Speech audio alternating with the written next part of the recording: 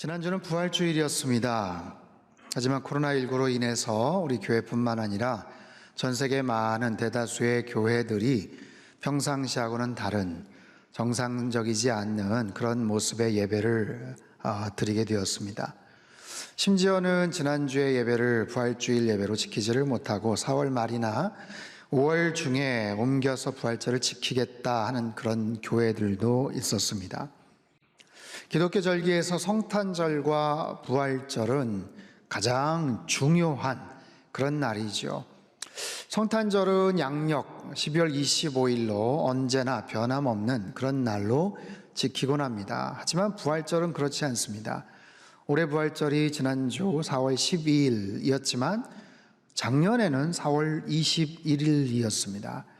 양력으로 고정된 한 날을 지정해서 그렇게 지키지를 않아요.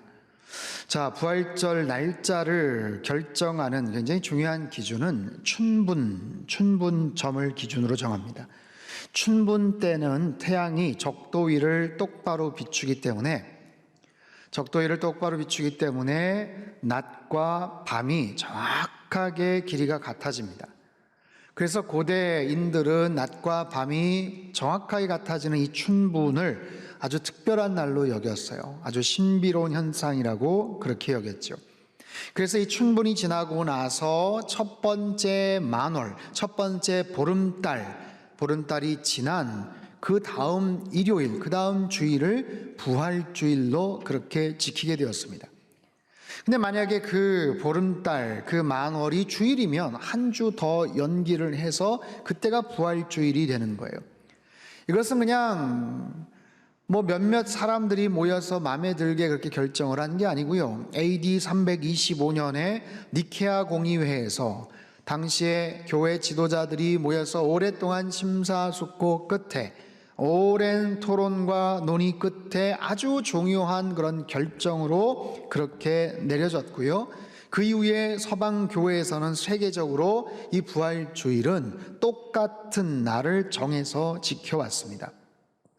그래서 부활절, 그 해의 부활절, 올해 새해가 시작이 되면 올해 부활절은 언젠가, 거기에 맞춰서 또 사순절이 또 시작이 되고 재수요일이 그렇게 시작이 되죠. 그렇게 해서 모든 기독교 절기가 그렇게 돌아가는, 그렇게 카운트가 되는, 그래서 함부로 옮길 수가 없는 그런 날짜예요. 그럼에도 불구하고 2020년 부활절을 옮겨서 예배를 드리는 그런 교회까지 생기게 되었죠. 우리도 예배를 드렸지만 예배를 드렸다고 해도 해마다 하는 성가대 부활절 칸타타가 없었습니다. 영상으로 예배 드리시는 분들도 많았습니다. 그나마 우리 교회는 그렇게 본당에 와서 예배를 드릴 수 있게끔 그렇게 오픈이 되었지만 여전히 심지어는 오늘 예배까지도 영상으로 예배를 드릴 수밖에 없는 그런 교회들도 제법 많습니다. 그만큼 아주 특별한 예외적인 시간들을 보내고 있다는 반증이죠. 그런데 사실 중요한 것은 부활절을 그 날에 맞춰서 지켰냐 지키지 않았냐, 영상으로 예배를 드렸냐 아니면 현장에 왔냐, 굉장히 성대한 모습으로 칸타타를 하면서 그렇게 찬양을 드리고 부활절을 지켰냐 아니면 그렇지 않느냐, 사실 그거보다 더 중요한 것은 무엇이냐면 주님의 부활하심이 내 삶에 지금 어떤 영향을 끼치고 있느냐라는 거예요. 주님께서 부활하셨다는 그 사건이, 그 사실이, 그 믿음의 고백이 오늘 현재 나의 삶 속에 어떤 영향을 끼치고 있는가라는 거죠. 사랑하는 성도 여러분, 예수님께서는 분명히 사망 권세를 깨트리시고 부활하신 줄로 믿습니다. 자, 죄와 죽음의 권세를 이기시고 그분은 다시 살아나신 줄로 믿습니다. 우리의 모든 실패와 절망, 근심과 두려움으로부터 승리하신 줄로 믿습니다. 아멘이죠. 우린 그렇게 고백을 합니다. 그렇게 믿음의 고백을 주님 앞에 드려요. 그렇다면 그 믿음의 고백대로 우리의 삶 속에 어떤 변화가 있는가, 어떤 영향이 끼쳐지고 있는가, 즉 주님의 부활이, 주님의 생명이, 주님의 그 능력이 내 삶 속에 어떻게 실제적인 변화를 가져다 주는가라는 거예요. 불과 지난주에 우리가 부활주일 예배를 드렸지만 그 부활주일 이후에 우리의 삶 속에 어떤 변화가 있는가? 나는 주님의 부활을 믿고 경험하는 자로서 어떻게 지금 살아가고 있느냐 하는 거죠. 이 중요한 질문에 대해서 오늘 본문이 우리에게 아주 중요한 영적 교훈을 줘요. 오늘 본문의 이야기는 누가복음에만 기록이 되어 있습니다. 그렇게 알려져 있지 않는 그런 주인공들, 그들과의 부활하신 주님과의 대화, 그 만남이에요. 그것을 통해서 우리에게 주시는 아주 중요한 영적인 가르침, 교훈이 있다라는 거예요. 그래서 오늘과 다음 주 2주에 걸쳐서 함께 살펴보기를 원합니다. 자, 13절, 14절 말씀을 우리 같이 한번 읽겠습니다. 시작. 그날에 그들 중 둘이 예루살렘에서 20올이 되는 엠마오라 하는 마을로 가면서 이 모든 된 일을 서로 이야기하더라. 자, 그날이란 어떤 날을 지칭할까요? 지난주 우리가 살펴봤던 것처럼 여인들이 향품을 가지고 무덤에 찾아갔던 바로 그날입니다. 빈 무덤, 그리고 사라져버린 시신, 주님께서 부활하신, 사망 권세를 깨뜨리시고 부활하신 바로 그날이에요. 바로 그날에 벌어졌던 사건. 여러분, 우리 인생에도 중요한 그런 날들이 있지 않습니까? 중요한 사건들이 있지 않습니까? 그 사건과 그 날들로 인해서 그 전과 그 이후에 어떤 특별한 변화가 있겠죠.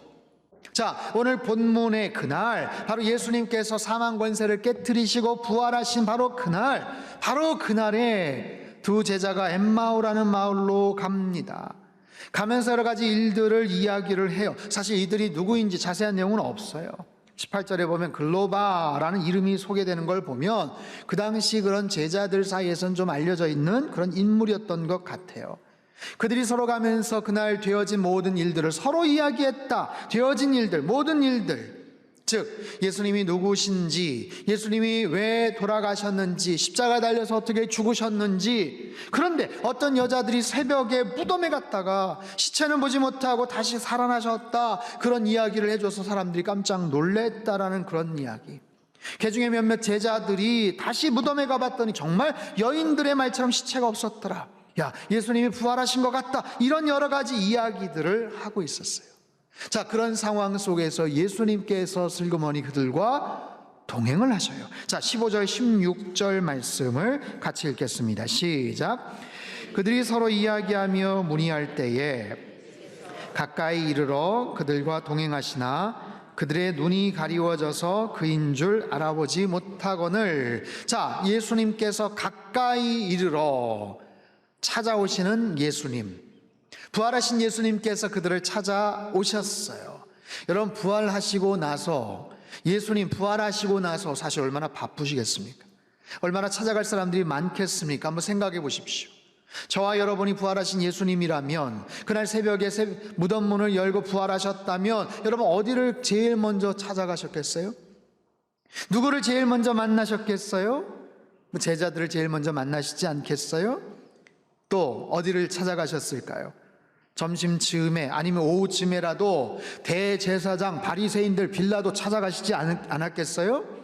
상상해 보자는 거예요. 굵직한 나무 막대기 하나 팍 꺾어가지고 찾아가시는 거예요. 심판받으신 그 빌라도 법정에도 찾아가시고 가야바 뜰에도 찾아가셔서 이거 왜 이러시냐고 하고 가로막는 그 군병들 다 밀쳐내고 대제사장 나오라 그래 하면서 빌라도 보고 빨리 나오라 그래, 지금 내가 다시 살아왔어, 이렇게 호통치시지 않을까요?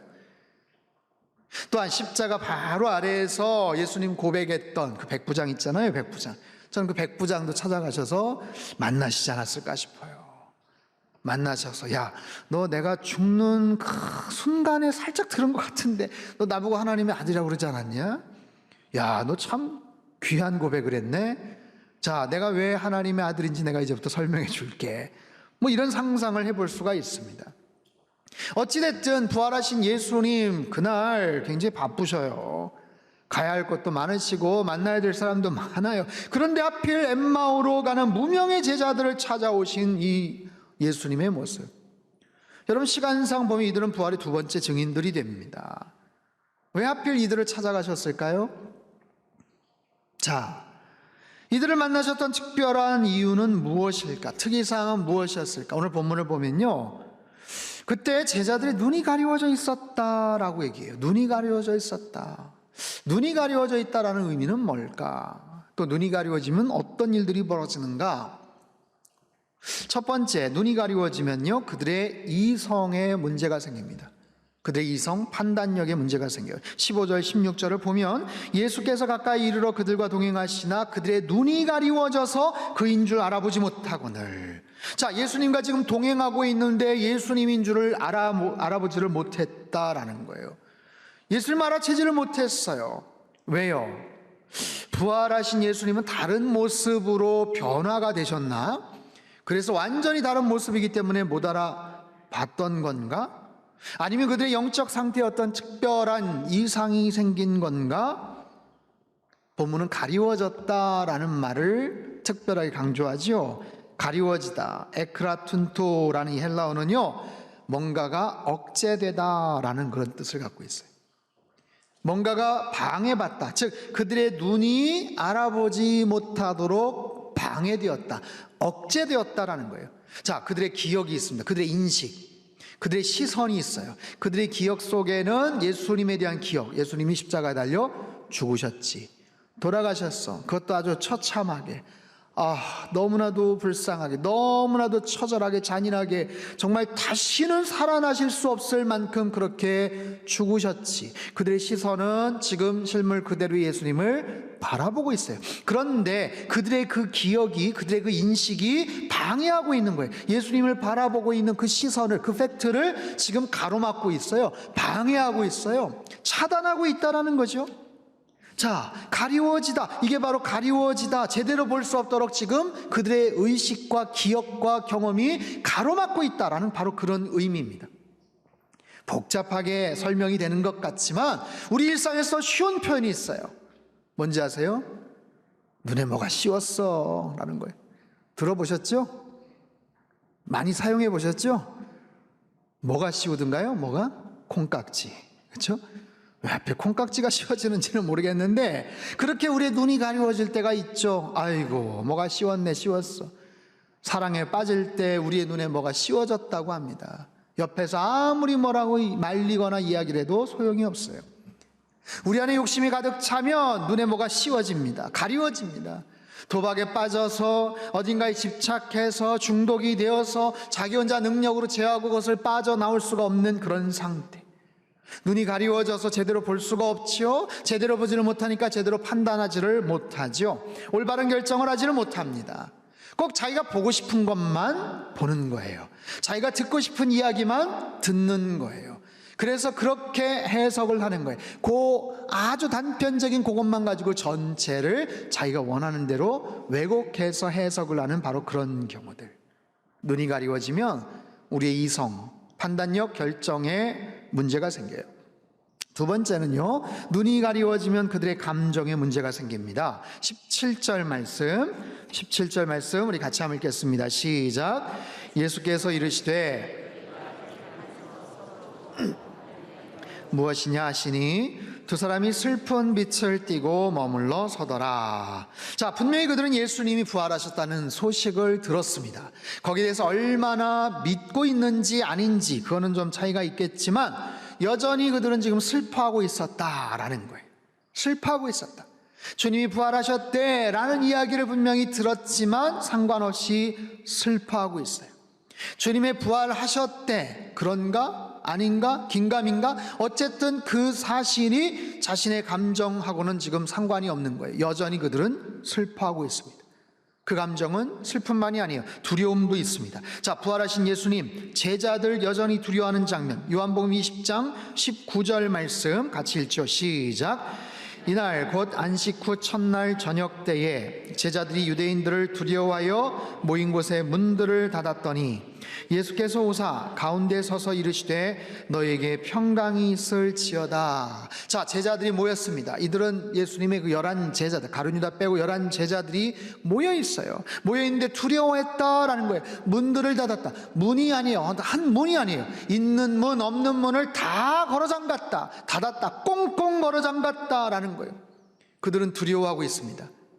분명히 이들 중에는 그날 새벽에 무덤에 갔다 온 베드로와 요한도 있었을 텐데 역시 두려워하고 있어요. 야, 예수님 살아나셨어, 부활하셨어, 승리하셨대. 이 생각보다도 언제 로마 정부가 우리를 덮칠지 몰라. 야, 우리도 굴비 꿰듯이 줄줄이 끌려갈지도 몰라. 예수님처럼 십자가 못 박혀 죽을지도 몰라. 어쩜 좋아. 그 생각에 두려워 벌벌 떨고 있습니다. 엠마오 가는 제자들 마찬가지예요. 예수님이 살아나셨대.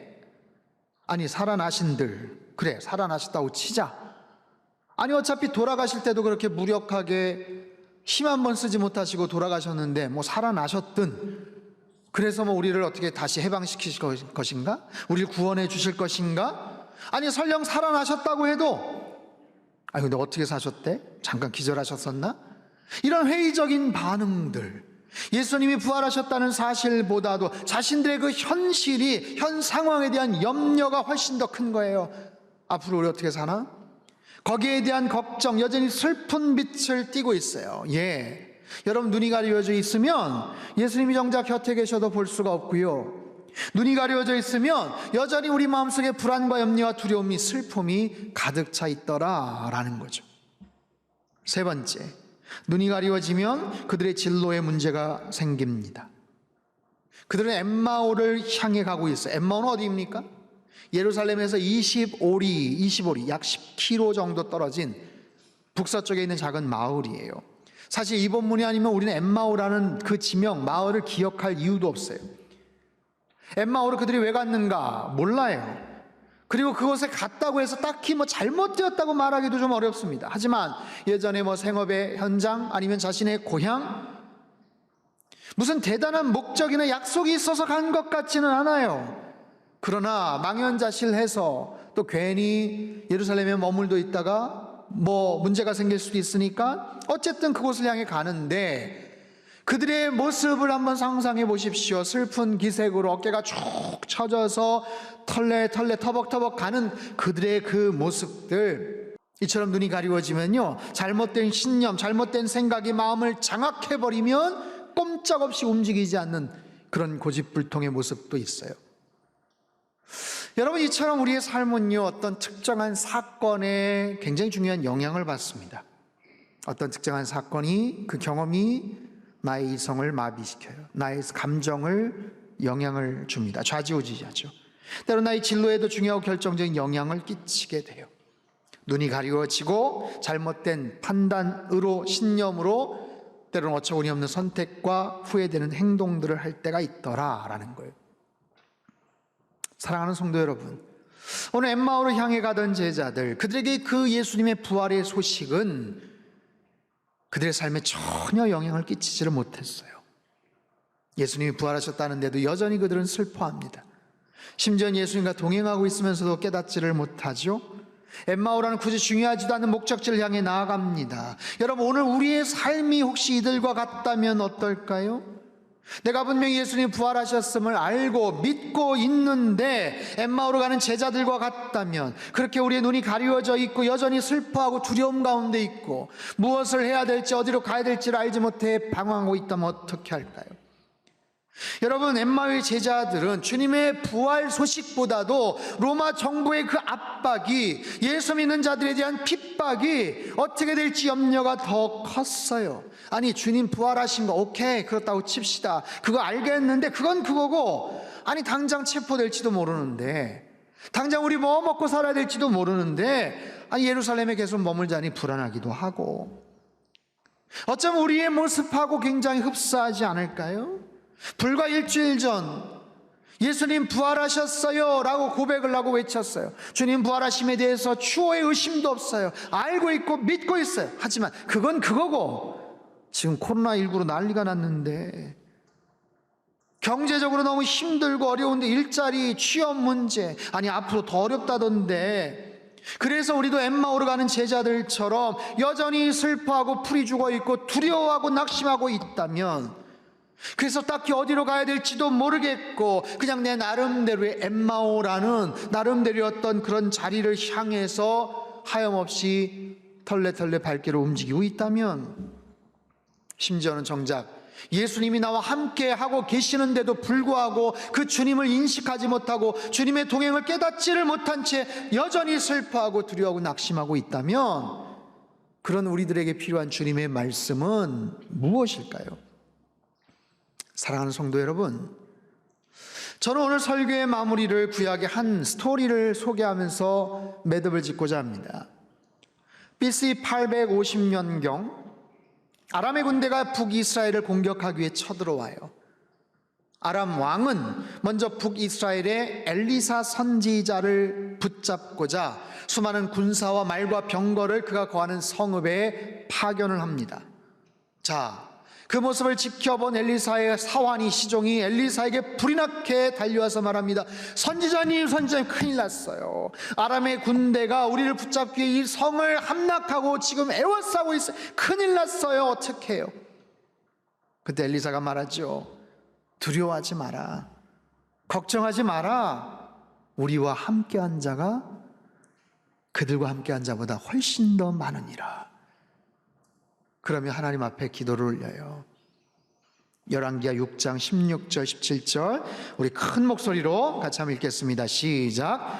대답하되 두려워하지 말라. 우리와 함께한 자가 그들과 함께한 자보다 많으니라 하고 기도하여 이르되 여호와여 원하건대 그의 눈을 열어서 보게 하옵소서 하니 여호와께서 그 청년의 눈을 여심해 그가 보니 불말과 불병거가 산에 가득하여 엘리사를 둘렀더라. 아멘.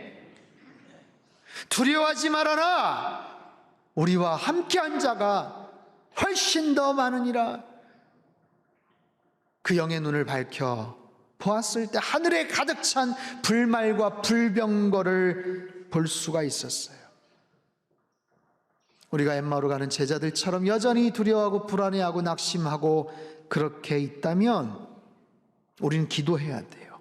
하나님 앞에, 주님 앞에 기도드려야 돼요. 사랑하는 주님, 우리의 눈을 열어 주시옵소서. 우리의 영의 눈을 밝혀 주시옵소서. 우리의 눈을 가로막고 있는 것들을 벗겨 주시옵소서. 우리를 지금 지키고 감싸고 있는 하늘의 불말과 불병거를 보여 주시옵소서.